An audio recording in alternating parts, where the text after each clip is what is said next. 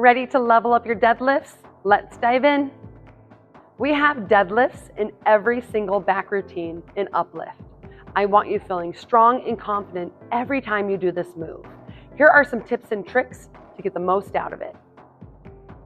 In Uplift, we do RDLs, or Romanian deadlifts.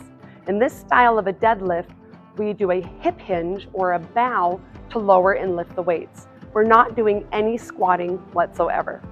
So let's talk about setting this up and doing the move. We're going to stand in a ready position with our feet about hip bone width apart. This looks a little different on everyone. We just want to make sure you're not standing with your feet wider than your hips. So bring them underneath. From here, we start with the weights in front of our thighs. They stay there the whole time. With a softness in our knees, we execute a hip hinge, or it feels like you're doing a bow.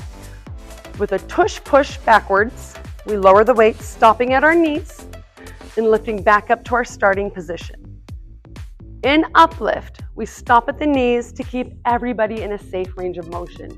We're working with all sorts of great combos, tempos, and sequences. We want to stay in a threshold. Everybody feels strong and confident.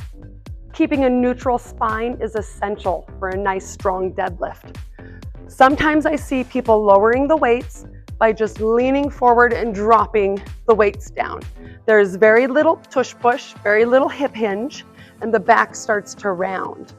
What we rather want to do is retract our shoulder blades, activate your back, soft knees, lower the weights down the front of the legs till we get to the knees, and come back up. The hip hinge is what's causing the weights to go down.